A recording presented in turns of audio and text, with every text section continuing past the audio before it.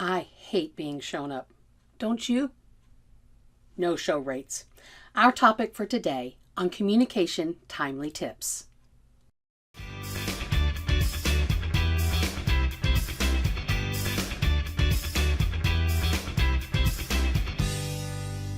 Being stood up is maddening.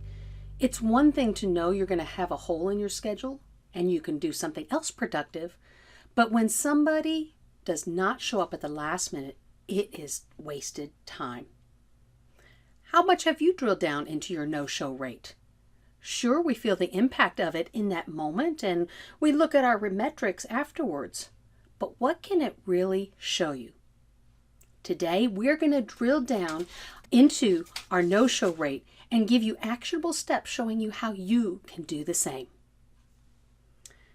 Let's first look at our long-standing industry standard of 5%. It's been there. We take all of our appointments that are made and we take out what has been missed and we come up with a no-show rate. Here's an example of an office I was working with. Looking at one year compared to the other year, looking over an entire quarter, and you think, wow, they're looking great compared to the standard of 5%. Now I realize every office defines no-show in a different way, and we will talk about that later. But at least for this office, they have held to the same definition of what no-show means or missed means. And you can say, wow, 3.15 to 2.55% year-over-year change, that's a 20% improvement. I'm happy with that. And then you may do nothing with it. But we need to go down into deeper details to see what's really going on. Because actually, new patients have a no-show rate that is higher than active patients. Makes sense, does it not? Because think about it. We need to separate this metric out. An active patient or who has been with you, what is the natural consequence of an active patient not coming in? Their treatment slows down. So they will work their way back in. But what is the natural consequence of a new patient when we give away the exam? Nothing at all. So we should expect it to be higher. So let's take that same office and see what happens when we do so. Oh, my goodness. Sure, the active patients is a little bit better, but look at that new patient missed appointments. We're nearly 9% at one point.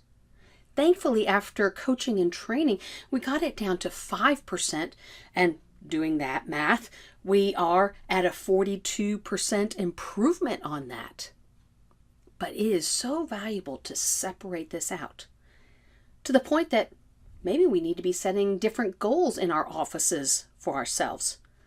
Let's recommend 2 goals. 3% for active and observation patients, 5% for new patients. A worthy goal for us to go for. But here's the thing. You may have other variables you want to consider looking at your office in a customized way.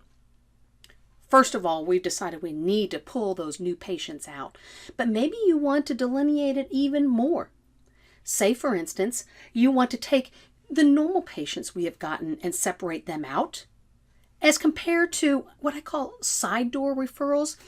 I mean, in this age where we're having direct-to-consumer and the dental IQ is being raised for the general public, we're getting more people inquiring and calling in, but not necessarily following through. So you may want to have 2 ways of separating that out. And then as we move into different types of consults, that is another area you may wish to separate out, such as those that have been designated for a full consult, mini or virtual consult. And then finally, another variable.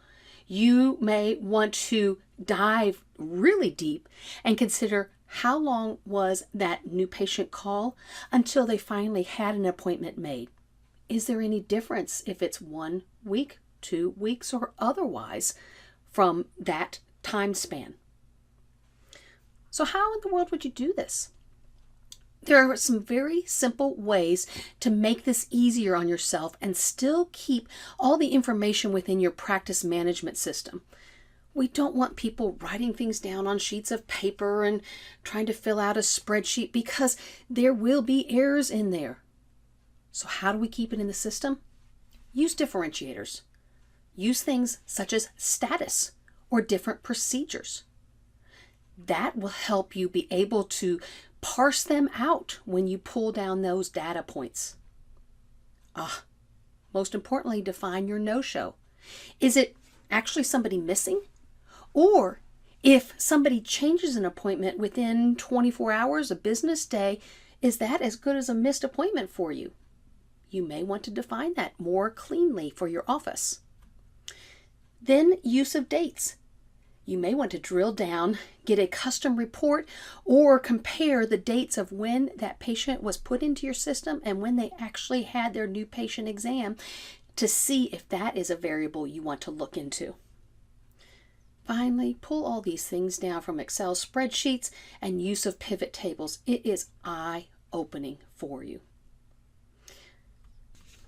Till next time, I'm Amy Demas, helping you communicate clearly and with excellence.